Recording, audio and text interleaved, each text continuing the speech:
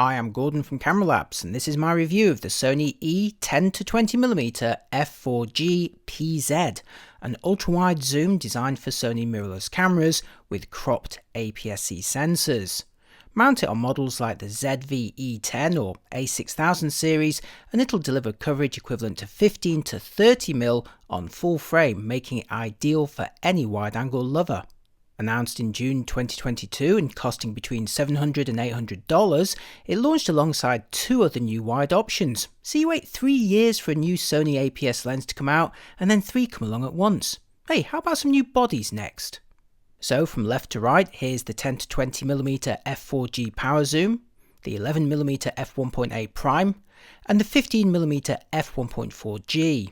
Sony loaned me all three to test, and while this particular review concentrates on the 10-20, I also have separate reviews of the other two here, so check them out if you're interested, and also check the links below for the latest UK and US pricing. The 10-20 f4 goes up against one very obvious rival from the earliest days of Sony's mirrorless catalogue, the 10-18mm f4 OSS, launched 10 years previously. Both share the same f4 aperture, a similar zoom range, and a similar price too, not to mention a similar diameter and the same 62mm filter thread. The main differences are that the newer 10-20 swaps the optical stabilisation of the old model for a slightly longer reach and a motorised power zoom, while also sporting considerably newer G-series optics, a shorter barrel, and a slightly lighter weight. In terms of third parties, the closest model is Tamron's 11-20mm f2.8 at a similar price, not quite as wide nor anywhere near as compact, but a stop brighter.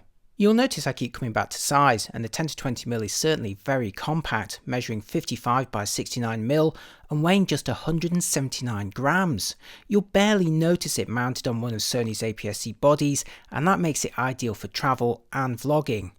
Again, there's a 62mm filter thread, and the lens is also sealed against dust and moisture, including a rubber grommet at the mount. Sony also includes a petal hood with the lens. In terms of controls, there's a pair of narrow but smooth free spinning rings with no hard stops. The first is for manual focusing with linear response, and the second is one of the many ways to adjust the motorised power zoom. Notice how the zooming takes place internally so the barrel doesn't extend, and that makes it more convenient for gimbal users who won't need to rebalance. On the side of the barrel are a spring-loaded lever offering an alternative means to adjust the zoom with two speeds depending on how far you push it, alongside a customizable focus hold button and a switch for auto and manual focus. Okay, so let's see that range in action, starting at a 15mm equivalent for an ultra-wide field of view, before reaching 30mm equivalent for a milder wide angle. And now for some quick crash zooms back and forth to prove Sony's latest power zoom lenses are a lot more responsive than previous motorized models. With a variety of different speeds and controls, it's also easy to switch between random quick adjustments to slow and consistent ones, making it practical for both stills and video.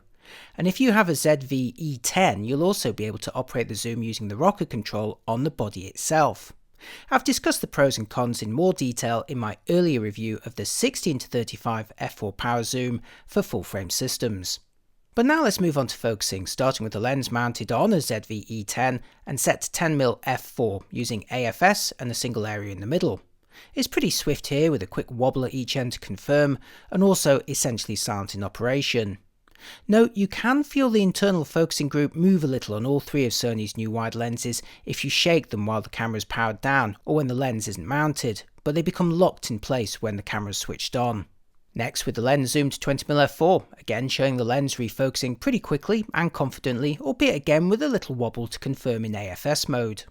Let's now return to the 10mm focal length, but switch to movie autofocus, which is in the continuous AFC mode, filming 4K on the ZV-E10 body, where you can see the transitions are smooth and confident, although again it's not particularly demanding here.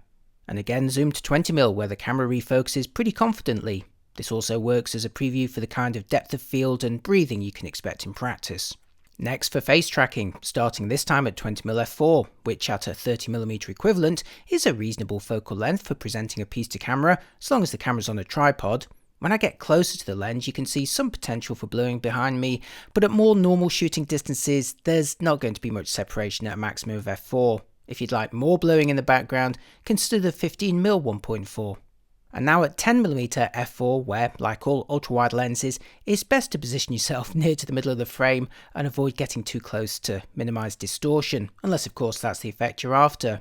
The huge field of view is perfect for environmental presentations like vlogs, so let's switch to our handheld stroll in Brighton. Now to save weight, Sony's not included any optical stabilisation in this lens, nor the 11 or 15 launched alongside it. So to start with, here's how the 10-20 looks at 10mm f4 completely unstabilised for those not lucky enough to have either IBIS or active steady shot in their Sony body. That said, it's sufficiently wide that you might actually get away without any stabilisation if you're a bit steadier than I am, or of course using a gimbal. Newer bodies like the ZV-E10 offers Sony's active steady shot, which applies digital stabilisation, albeit at the cost of a crop to the field of view. As you can see here, it can be surprisingly effective considering this is digital compensation alone, and the lens was wide enough to start with that a mild crop still leaves a big enough view. If you like this coverage but want more blurring in the background, consider the 11mm 1.8. Next for focus breathing, with the 10-20 at 10mm and manually focusing from infinity to the closest distance and back again. As the lens focuses closer, you might see the slightest change in magnification, but it's so mild I'd say it's as good as non-existent here. Meanwhile, when zoomed to 20mm, there's a slightly more visible change in magnification, but it's still very little to worry about. Okay, now for distortion, and like most new mirrorless lenses, especially wide ones, the 10-20 employed software profiles to correct for geometric distortion. Enter the lens compensation menu on the ZV-E10 here, and you'll see distortion compensation is not just set to auto on all three of Sony's new lenses by default, but it's also greyed out, meaning you can't turn it off. This means it's automatically applied to JPEGs in camera, whether you like it or not, and generally applied by default when converting RAW files. But as a brand new lens when I tested it, the profile wasn't yet available in Adobe Camera Raw, and that's going to allow me to take a quick peek behind the curtain. So here's a photo I took at 10mm in RAW plus JPEG mode, starting with the RAW version without the profile, and as I toggle between it and the outer camera JPEG version, you'll see the latter correcting for some barrel distortion with a mild crop to the field of view as a result. And now for the same test at 20mm, showing a milder transformation. Since the lens was designed to be used with profiles only, I'll be showing you corrected images from this point on. And the first comparison I'd like to make is a quick one between the 10-20 at 10mm and the 11mm 1.8 prime that was launched alongside it. Now as I toggle between their images, both with their profiles applied of course, you'll see how the 10-20 at 10mm really can capture a wider field of view than the 11mm prime, and that makes it the preferred choice if the broadest coverage is your goal. Now let's angle the view from the 10-20 so that fine details run into the corners. This is at 10mm, wide open at f4. Taking a closer look in the middle of the frame shows a good degree of fine detail, with only a minor boost in contrast if you stop down a little. Heading into the far corner shows the sharpness is mostly maintained with only some darkening due to vignetting at the largest aperture. As the aperture is gradually closed, the vignetting lifts to reveal a decent amount of detail underneath, so great start for the zoom at 10mm. Next, with the lens halfway through its range at 15mm, again starting wide open at f4 where the story is much the same as before. Pixel peeping reveals a decent amount of detail from the get-go, with only a mild boost in contrast available if you begin to stop down. Heading into the far corners again shows that detail maintained with a great looking result even at f4. Sure, there's the inevitable darkening due to vignetting, but the detail's all there, and as you stop down the corner darkness reduces. So far so good. And finally with the lens at the long 20mm end, where I'd say the result in the middle of the frame looks great from the outset with little to no benefit to stopping down any further, at least in terms of sharpness. Heading into the corner again shows the detail maintained with only some darkening due to vignetting to mention. Gradually close the aperture and this lifts, so a great set of results from the new little power zoom. Moving on to a portrait distance, here I am with the 10-20 at 20mm f4 and the ZV-E10 again, using face and eye detection to focus. Taking a closer look shows a respectable amount of detail around my eyes and stubble, although at f4, unsurprisingly little opportunity for much of a blurred background, at least at this kind of focal length and subject distance. Just for comparison, here's the 10-20 at 20mm f4 on the left, with the 15mm 1.4G on the right. Sure, the 15 is wider, but the aperture is 3 stops faster, allowing not just a shallower depth of field, but also faster shutters or lower ISOs under the same light, so choose your lens carefully depending on exactly what it is you want to do with it. Next up, a closer look at rendering of bokeh balls, here with the 10-20 at 20mm f4 and near to the minimum focusing distance of 20 cm. note you may be able to get a tad closer if you manually focus. At the close focusing distances, you will be able to enjoy a little blurring in the background, but like many zooms, the actual rendering of bokeh blobs isn't really anything to write home about. There's some elongation here, but also outlining and textures in the blobs. If you prefer bigger and better looking bokeh blobs, go for a brighter prime lens. Here's the 10-20 at 20mm f4 on the left, with the 15mm 1.4G on the right, both from near to their minimum focusing distances and showing the kind of differences between them for close-ups and bokeh balls. And at the other end of the scale, here's an example of diffraction spikes with the aperture close to the minimum f16, and due to a hazy sky on the day, I've had to minimise the sun's size by obscuring it a little behind a branch. And now it's time for my final verdict, during which I will show you some images I took with a 10-20 f4 on a ZV-E10 body, and as always you can access some of the originals via my review of the lens at cameralabs.com if you'd like a closer look.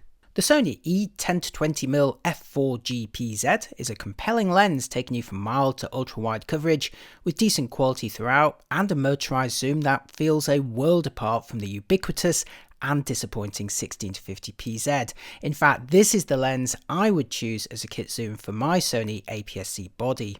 Sony's not only transformed the experience of motorised zooms on this and the recent full-frame 16-35 PZ, but made them impressively small and light too.